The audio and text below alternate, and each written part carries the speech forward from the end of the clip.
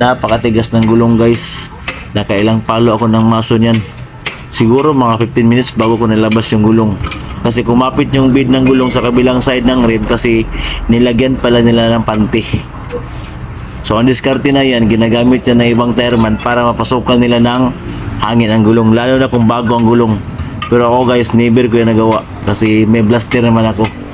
So kung di kaya ng isang blaster, dalawang blaster ang ginagamit ko.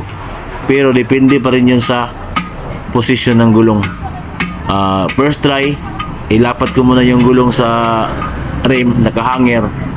Kung ayaw pa rin, second try, isandal ko yung gulong patayo. Tapos blasterin. Dalawang blaster hanggang sa mag-block yung bid ng gulong hanggang sa mahanginan. So, depende na rin sa diskarte niyo kung paano niyo hanginan ng gulong.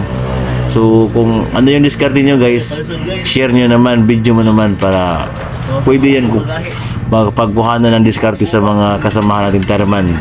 Lalo na sa mga nagsisimula pa lang at sa nagbabalak na maging tireman. So, alam niyo naman guys, sa ganitong mga gulong, mahirap hanginan talaga. May mga gulong na